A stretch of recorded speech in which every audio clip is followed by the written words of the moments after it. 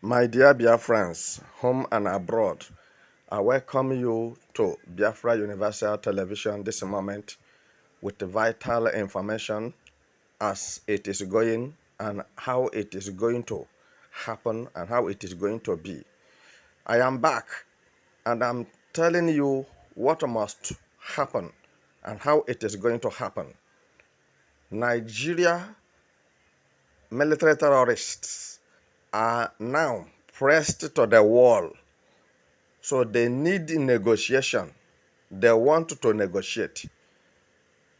But I believe that there is nothing like a negotiation because the time to negotiate have passed. If we should negotiate, let them provide those Igbos and those Biafrans they murdered in cold blood in their houses, in the farmland, in the bushes, and in the river. Then we sit down and talk if they will provide those dead people they killed and those that are holding hostage in the DSS custody and in many police custodies and many prisons in the whole of Nigeria. If not, I'm telling you that we are coming with a fire and a fury, and there will be no mercy. There will be no looking back because we are going to remind them the past. We are going to remind them 67, 70. We are going to remind them of Operation Golden Dawn. We are going to remind them of Operation Python Dance. We are going to remind them of Operation Udoka. We are going to add anger to fury, and they shall drink with the cup of the indignation of Biafran Liberation Forces.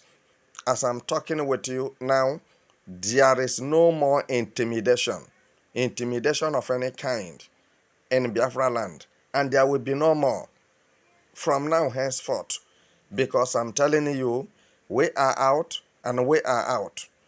And we are out with different ideas, with different things, which I will not begin to explain to you here, because that does not make me what I proclaim to be. So, what I'm telling you this moment is that this is the moment to fight and finish. Fight to finish. Fight to end the whole saga. I am not happy that it is Nigeria versus Biafrans again. But why I cannot help it and I will not relent is because they have done a lot of havoc. They have wreaked a lot of havocs in Biafra land on Biafrans. I mean Nigeria soldiers, police, and DSS. So we have decided to meet with them one-on-one, face-to-face, and when bullet finish inside the gun, we will use bone to crack it, and whosoever that is stronger than each other shall pieces the other one. What I'm telling you this moment is that fear have to depart from Biafran's heart. Fear of unknown.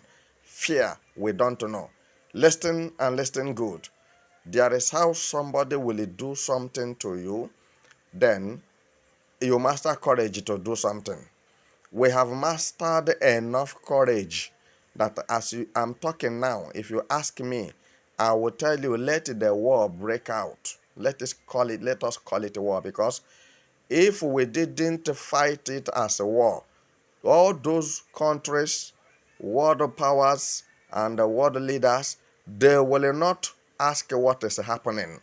It's when Tinubu is normal, when Babu ran away, when all the Nigeria politicians are nowhere to be found, and dead bodies littered everywhere in the street of Abuja and various places.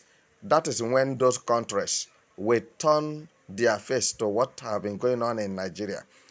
But for now, they think that it is a joke, but they are getting it wherever they are and however they are feeling.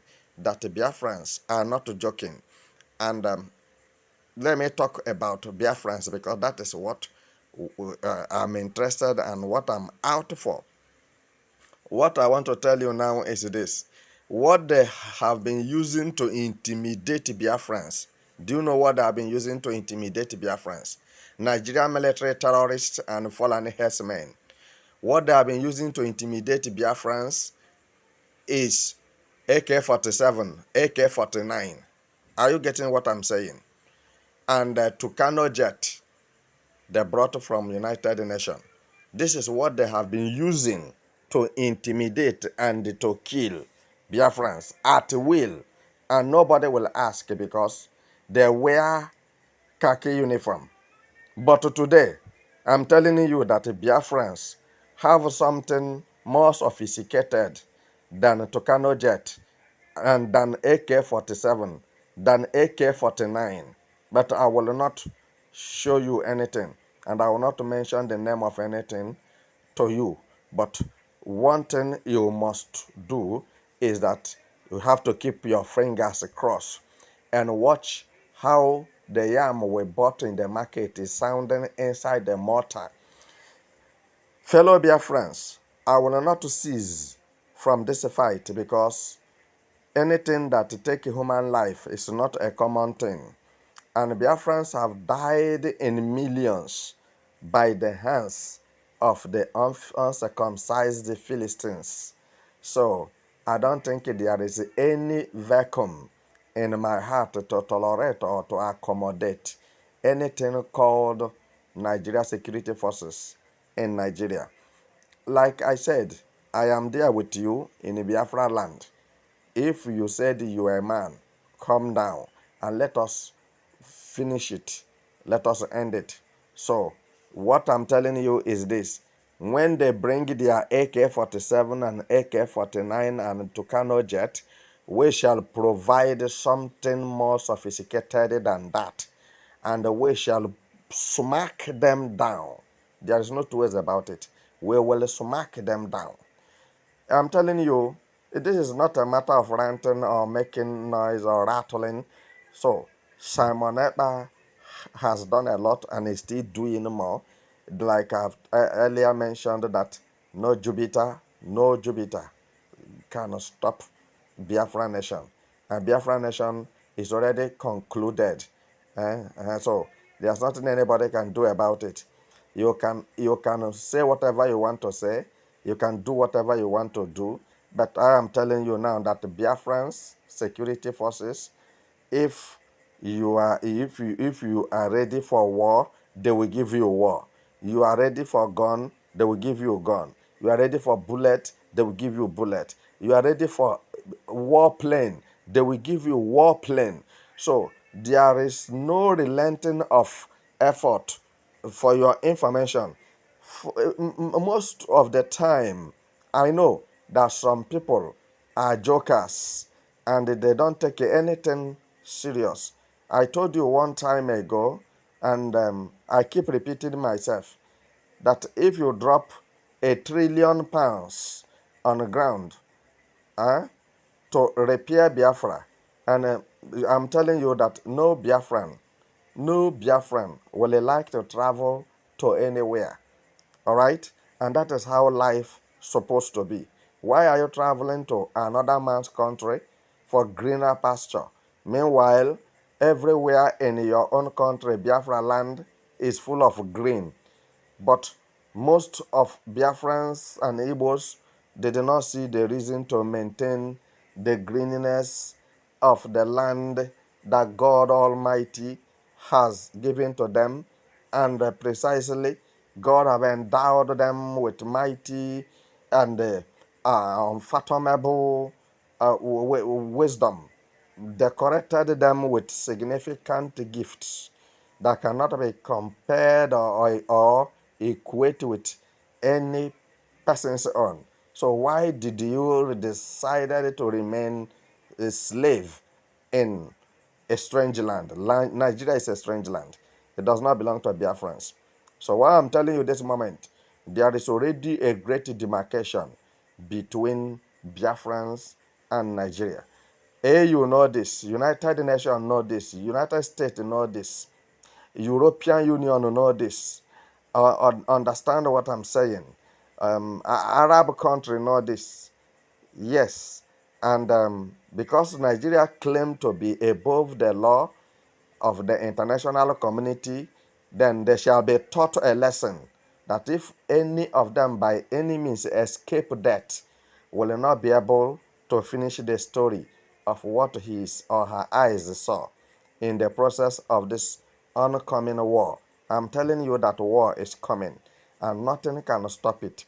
So, because they will like to try, Nigeria will like to try to see whether if Biafrans can succumb or to see whether if this is an old Biafra they used to know, 1967, 1970. Then we are going to show them that the old the old Biafrans have passed. We are the new generation of Biafrans, and we have everything in our possession. And whatever we say we are going to do, we get it done. And whatever we do is what we have decided. So nobody will control us from anywhere and to stop us from getting Biafra freedom any moment from now. If you try Biafrans, you will die. They will put you maybe inside 3 feet because your dead body is nothing. All right? So, what I'm telling you now is that the Nigerian military forces and the DSS and police are going to drink the indignation and the fury of Biafran security forces. So they will not go scot-free any attempt by them. And for the information of those who are there in Biafra land, so they should consider themselves a nobody. The only thing that will save them is to run back to their president in the north and let the president know that the assignment is difficult. The mission is impossible. It cannot be possible. There's nothing we can do about it. These people have taken over and they are going, so you cannot stop them. As simple as that. So, my dear listeners and my beloved Biafrans, men and women, the people I loved so much, the people I have decided to sacrifice everything I have for at all time. So, I am telling you and assuring you that fire shall burn everywhere. We shall fireize every crane and corner of Nigeria. If by any means, either by omission or commission, Nigeria military terrorists and fallen herdsmen try to penetrate Biafra land to perpetrate evil anymore, the whole world will hear the kind catastrophic experience that have never happened before since this world began. It's not with the mouth. We have all traveled. We know what other Western country knows. We know what white men know. We know how to go about our problem. We acquired education. We are very educated in anything at all you can talk about in this world. I mean, Biafrans are well educated. They can produce anything and they can use anything to defend themselves. Before I wrap up my message this moment, I want to inform Biafrans that self-defense is not a crime anywhere in the world. Defend yourself. If it's with a cutlass or AK-47 or AK-20, AK-200, you have warplane, use it and defend yourself. When the terrorists come to kill you, don't spare them and don't let them go. Because if they go, they will kill others because their plan is to reduce the population of Biafrans, to reduce the population of Igbos, so that when the real war break out, they will not find it difficult to bring all of them in one corner and finish them up.